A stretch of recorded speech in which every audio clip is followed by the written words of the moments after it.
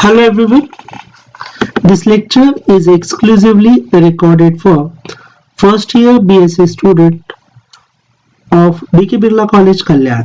This is mathematics class. In this lecture, we will state sandwich theorem and the example based on sandwich theorem.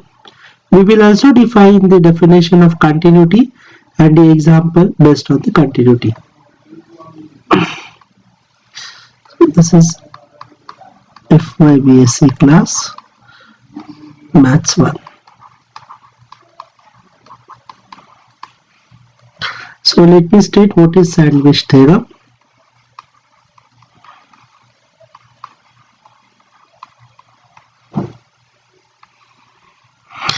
Let f comma g comma h a real valued function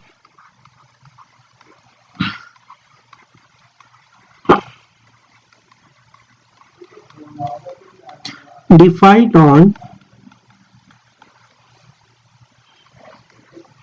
open interval a comma b if fx is less than equal to hx less than equal to gx such that limit as x approaches to p f of x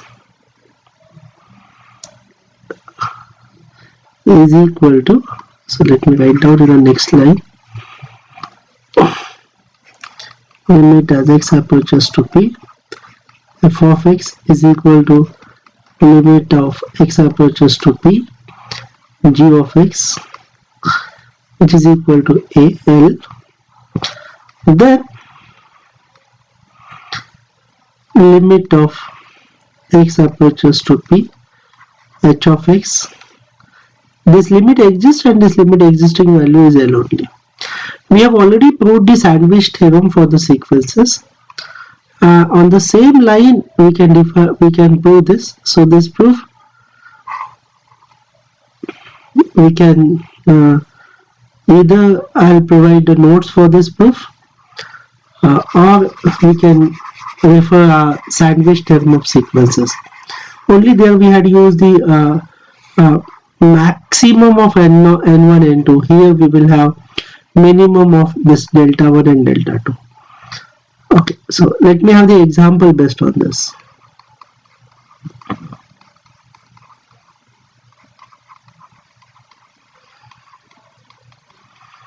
So the first example, show that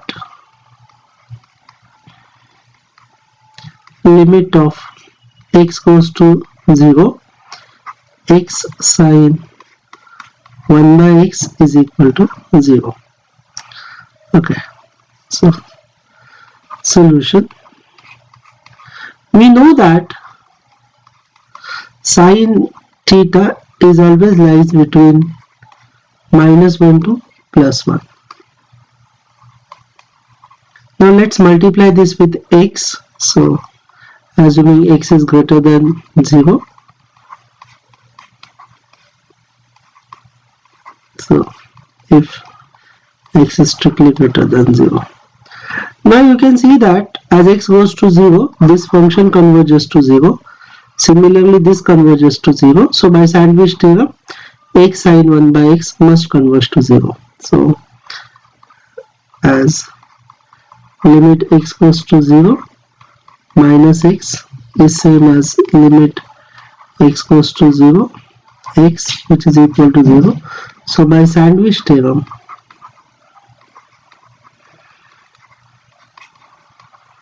limit as x goes to 0, x sine 1 by x is equal to 0. Now while here I have considered x is greater than 0. What if x is less than 0? So if x is less than 0, then I'll get the inequality will change. So minus x will be greater than equal to x sine 1 by x is greater than equal to x, because we will be multiplying this expression by x, and here we know that x is negative, So when you multiply x, definitely the inequality, since it is a negative value, so the inequality changes. And again, this converges to 0, this also converges to 0. So by sandwich theorem, the middle term will converge to 0. So by sandwich theorem, limit x goes to 0, x sine 1 by x is equal to 0. And the third case, if x is equal to 0, if x is equal to 0, then you could see that my function is itself x sine 1 by x, this will be 0. So in that case, I will have 0 only. So if x is equal to 0, then limit of x goes to 0, x sine 1 by x, this itself is 0, so it will give 0 only. So in all the three cases, we realize that limit of this is 0. So we have shown that the limit of this function is 0. Okay. Let me go to the second example. If it is given that 1 minus x square by 4 is less than or equal to hx, which is less than or equal to 1 plus x square by 4. This is given for all x not equal to 0. Find limit of x goes to 0, h of x. So here the inequality is already given. So let us find out the corner limit. And based on this, if the corner limits are same, then we can say that the middle limit must be same by sandwich theorem. So here, so limit as x goes to 0, 1 minus x square by 4, this will give me 1, which is same as limit as x approaches to 0, 1 plus x square by 4. So both the corner limits are same and they converge to a same number. So hence by sandwich theorem,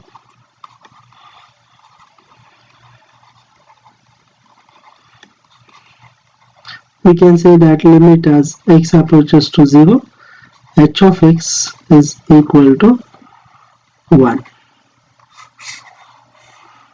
Okay, so I think the sandwich theorem has a lot of applications in a problem solving. So these are the few examples which I have stated. Of course, we will have bunch of problems in a lecture, or maybe where we can, I will post on a group. Accordingly, you can solve example based on it. Now there are some results. So result says that if limit of x goes to p, f of x exists, say it is L, if and only if your left hand limit, that limit as x approaches to p plus f of x is same as right hand limit, limit as x approaches to p minus f of x, which is equal to L. So if if the limit exists, then definitely left hand limit is equal to right hand limit, and that limiting value is L itself. The contrapositive of this will help us a lot. So if left hand limit is not equal to right hand limit, so if limit as x approaches to p from right side is not equal to limit as x approaches to p minus sine f of x, then we can straight away say that then limit of x approaches to p, f of x does not exist. So many times this trick is used to check whether limit exists or not. Of course, epsilon delta is one of the choice, but then you find out the left hand limit, you find out the right hand limit, and if they turn out to be same, then we can straight away say that limit exists and it is that value itself. If they do not turn out same, then we can say that limit does not exist. So here is a quick example. Check limit of x approaches to f of x, where a check of find basically. Find. So where f of x is given as follows. So f of x is basically in a two part. It is 3, it is 3 minus x if x is less than equal to 2, and it is x plus 1 if x is greater than 2. Okay, so let's find out the limit as x approaches to 2 from positive side. So here you can have the function. So here it is, suppose x is equal to 2 is mentioned, and so when x approaches to less than equal to 2 means in this region my function value is f of x is 3 minus x, and when x is greater than 2 in this region my function value is x plus 1. This is what my function value is. So when x approaches to 2 from positive side, so that means you're taking the green part, so that will be, in this case my function value will be x plus 1. So x plus 1, and here I need to write the 2 plus. When I write this 2 plus on the head, that means it only indicates that we are approaching 2 from the right hand side. So now let us put this value. So 2 plus 1, which is 3. And now let's find out the limit as x approaches to 2 from negative side. So this is minus sign. Many times students feel that this is minus 2. No, it is not minus 2, it is 2 only. When I write minus sign, it only indicates that you are approaching 2 from the left side. That's it. So what is f of x in that case? In that case your f of x is 3 minus x. So x approaches to 2 from minus side, so it is 3 minus x, and 3 minus, so x is 2, so you will get answer as 1. So you could see that your left hand limit, LHL means left, so this is our right hand limit and left hand limit, they are not equal. So RHL is not equal to LHL, so we can conclude that limit as x approaches to 2, f of x does not exist. DNE stands for does not exist. Let me write down. Does not exist.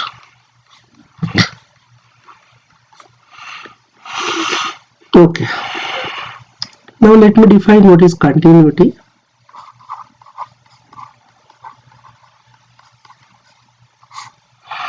So if f is a function from R to R, let P be any point from R, then f is said to be continuous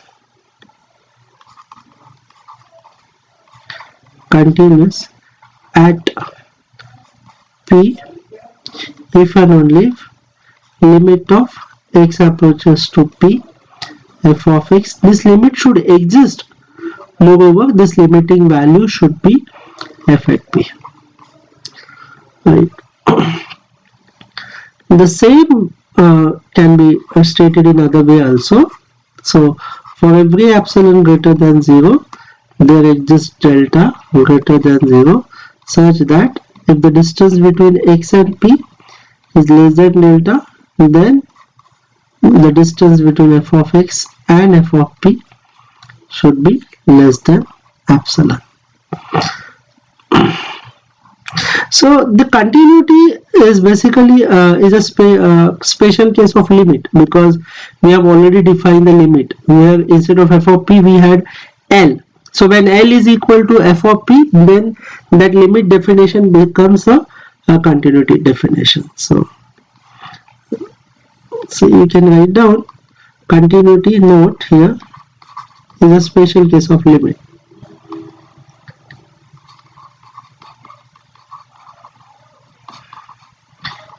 Is a special case of limit. So we have already defined the limit definition. So instead of L, we should have f of p. Then there is an algebra of continuity.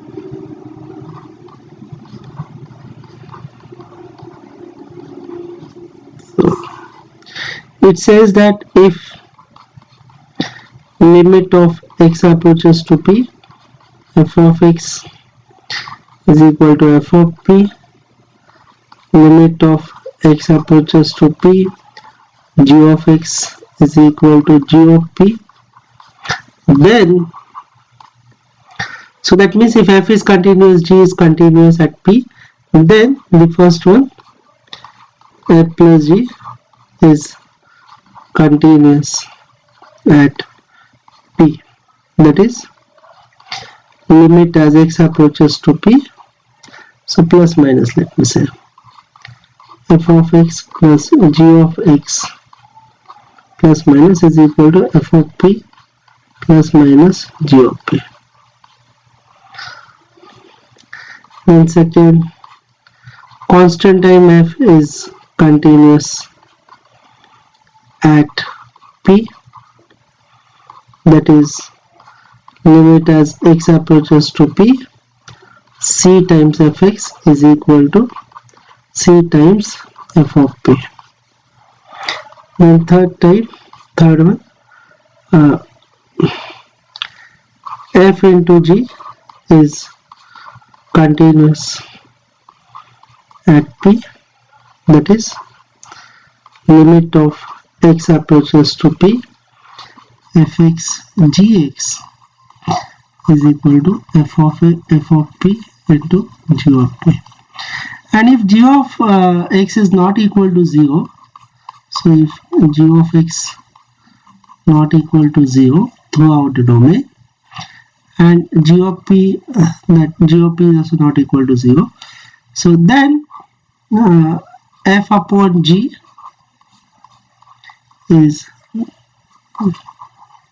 f of g is continuous at p, that is limit x approaches to p, f by g x is equal to f of p upon g of p.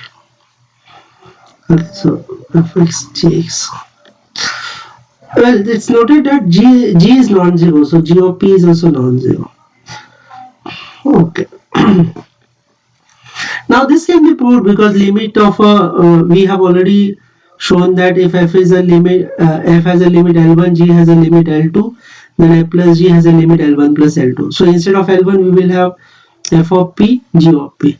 Similarly, constant time f, similarly multiplication and division. So this proof exactly similar to limit 1 only. So it won't be difficult to prove this. Let me take one example of limit. So show that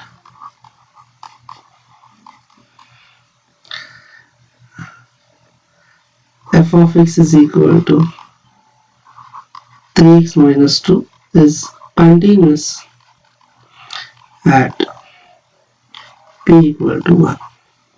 So, or you may show that this is limit as x approaches to 1, f of x is equal to, so when x is equal to 1, then 3 minus 2, it is 1, using epsilon delta definition. So let's prove this. So we assume that, so solution, given epsilon greater than 0, so there exists delta, or maybe we can say choose delta such that delta which is greater than 0, and delta has some specific value, so I don't know what is it, we will write down this soon, such that if the distance between x minus such that the distance between x minus 1 is less than delta.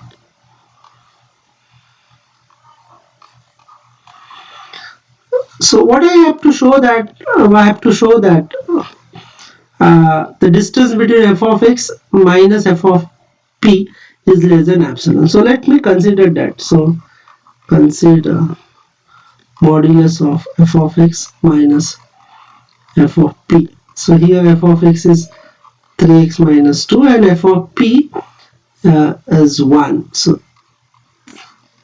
if I calculate this distance, so 3x minus 3, so it is 3 times mod x minus 3. So x minus 1, I'm sorry.